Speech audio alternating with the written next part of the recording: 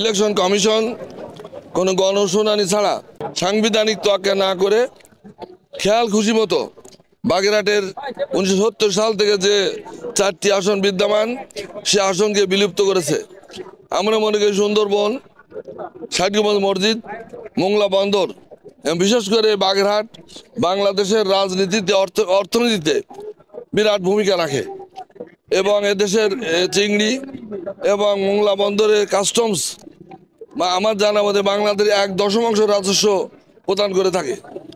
আজকে সেই বাগেরহাটের মানুষের অধিকার নিয়ে নির্বাচন কমিশন যে বৈষম্যের আচরণ করেছে, আমার মনে হয় শেখ হাসিনার আমলে এদেশের মানুষের সামনে যেমন প্রতারণা করেছিল, শেখ হাসিনা দেশ থেকে চলে গেছে, কিন্তু তারই পেতাতে এই নির্বাচন কমিশন বাগেরহাটকে নিয়ে সিনিমিনি খেলছে। তাই আজকে বাগেরহাট আবহাওয়ার জনগণ, এটা কোনো রাজনৈতিক দলের দাবি নয়, এটা বাগেরহাটের মাটি ও মানুষের দাবি। তা আমরা বাগেরহাটের মানুষের পক্ষ থেকে বলতে চাই, অনতিবিলম্বে আমাদের 4টি আসনকে ফিরিয়ে দেওয়া হোক। যদি নির্বাচন কমিশনের শুভবুদ্ধি না হয় তাহলে বাংলাদেশের এই দক্ষিণাঞ্চল অচল অবস্থার সৃষ্টি হবে। এর দায়িত্ব নির্বাচন কমিশনকে নিতে হবে। আমরা চাই আমাদের রামপাল মোংলা যেভাবে আসন ছিল, বাগেরহাটের 4টি আসন অনতিবিলম্বে এটা ফিরিয়ে দেওয়া হোক। আমাদের একটাই কথা, 1970 সাল থেকে বাগেরহাটে 4টি আসন ছিল, সেই 4টি আসন থাকতে হবে। এখান থেকে কোনো আসন কাটা যাবে না। আমাদের তারা বলছে বাগেরহাটে ভোটার কম, যে আসনটি কাটা হয়েছে সেই আসনে ভোটার সংখ্যা 2,54,905 জন।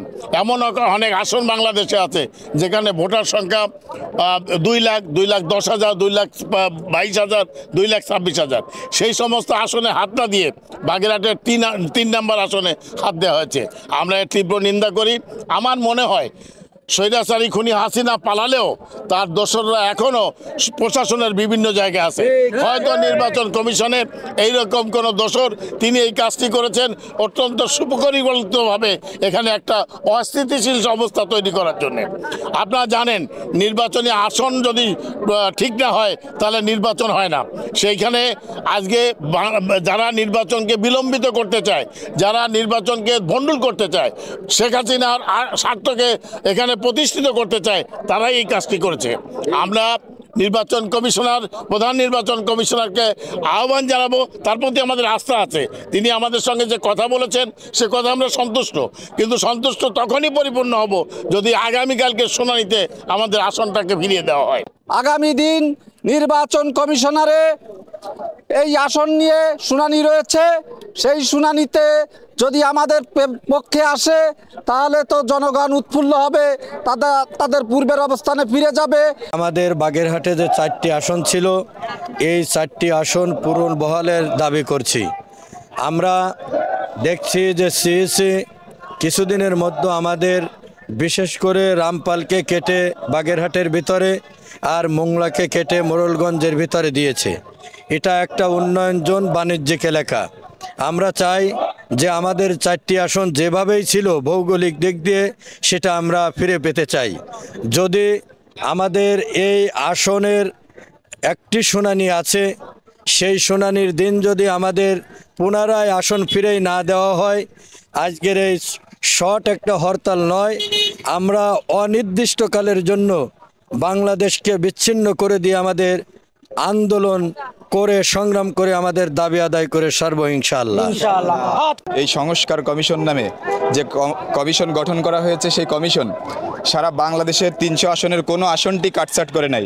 শুধুমাত্র বাগেরহাটকে আমাদের মনে হয় যে একটি ষড়যন্ত্রের নীল নকশা হিসেবে বাগেরহাটকে কাটছাট করে 3টি আসনে রূপান্তরিত করেছে, যেটা বাগেরহাটের মানুষ তারা এটাকে কোনোভাবেই মেনে নিতে পারতেছে না। তার প্রতিবাদ জানানোর জন্য বিভিন্ন সময় প্রতিবাদ মিছিল করেছে, বিক্ষোভ করেছে, আর এখন কঠোর কর্মসূচির দিকে যাচ্ছে। তারই অংশ হিসেবে আজকের এই অবরোধ। এরপরও যদি সিইসির শুভবুদ্ধির উদয় না হয় তাহলে আগামী দিন নির্বাচন কমিশন ঘেরাও হবে এবং দুর্বার আন্দোলন গড়ে তোলা হবে। সিইসিকে এটাই জানাতে চাই যে আমরা বিগত স্বাধীনতা যুদ্ধের পর, বাংলা স্বাধীনের পর থেকে এ পর্যন্ত 4টি আসনে আমাদের সংসদীয় আসন হিসাবে আমাদের নির্বাচিত হয়েছে। এখান থেকে সংসদ সদস্য এমনকি মন্ত্রী ছিল। সেই অর্থে আমরা এটা একটা ভৌগোলিক দিক থেকে একটা বড় এলাকা। এখানে পার্শ্ববর্তী আমাদের সুন্দরবন, মোংলা বন্দর ইপিজেড এবং তাপবিদ্যুৎ কেন্দ্র, বিমানবন্দর, অনেক ঐতিহাসিক অনেক কিছু আমাদের এখানে আছে। এছাড়া বিভিন্ন পর্যায়ের শিল্প কলকারখানা, মিল ফ্যাক্টরি, এই সকল সে সমস্ত প্রতিষ্ঠান আমাদের এই যদি আমাদের একটা আসন বিলুপ্তি ঘটানো হয় তাহলে এই সকল প্রতিষ্ঠান ক্ষতিগ্রস্ত হবে।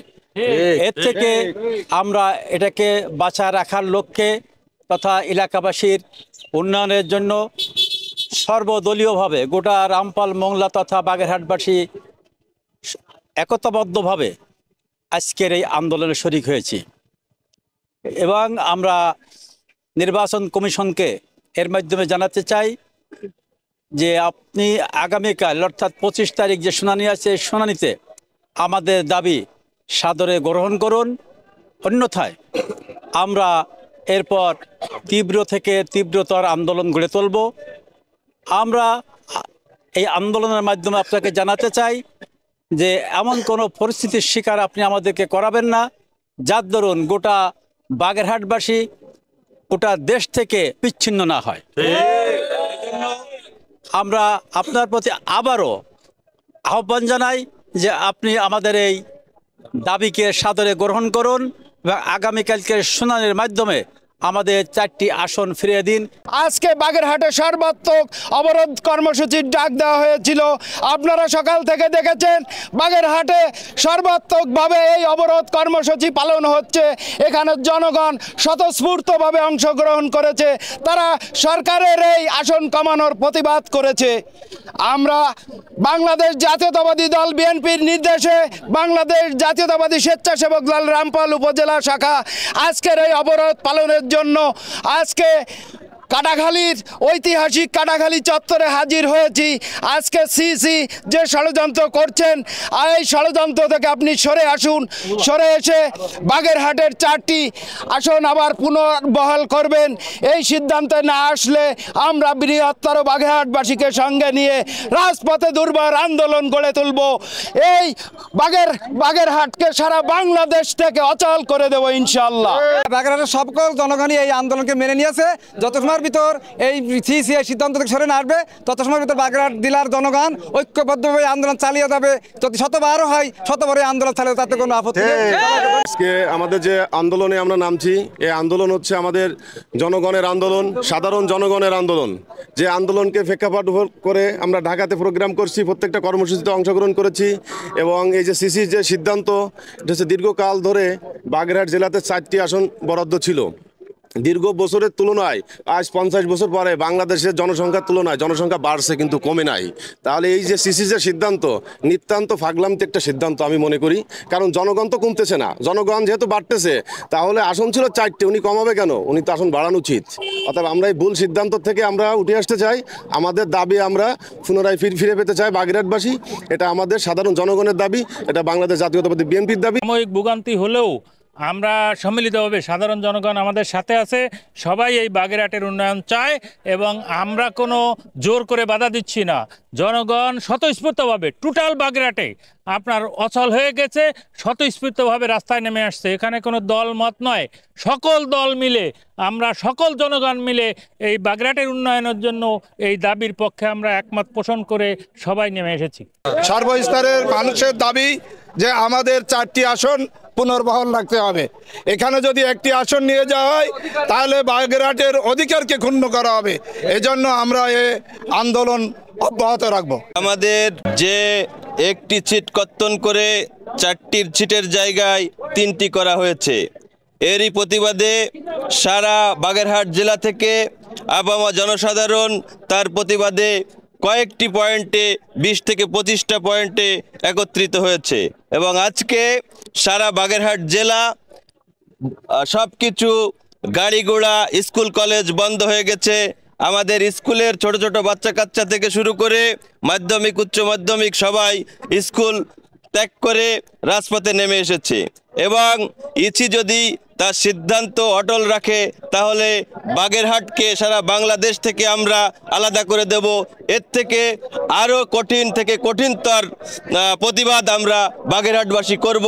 সারা বাগেরহাটের হিন্দু মুসলিম বৌদ্ধ খ্রিস্টান দলমত নির্বিশেষে জামাত বিএনপি ছাত্রদল যুবদল শিবির সকলে আমরা আমাদের জান বাজি রেখে এখানে তাজা রক্ত ঢেলে দিয়ে এই সংগ্রামকে আরও বেগবান করে আরও যুগোপযোগী আন্দোলন আমরা গড়ে তুলব ইনশাল্লাহ, এবং আমাদের 4টি চিঠি আমরা যে কোনো মূল্যে আমরা ফিরিয়ে আনব।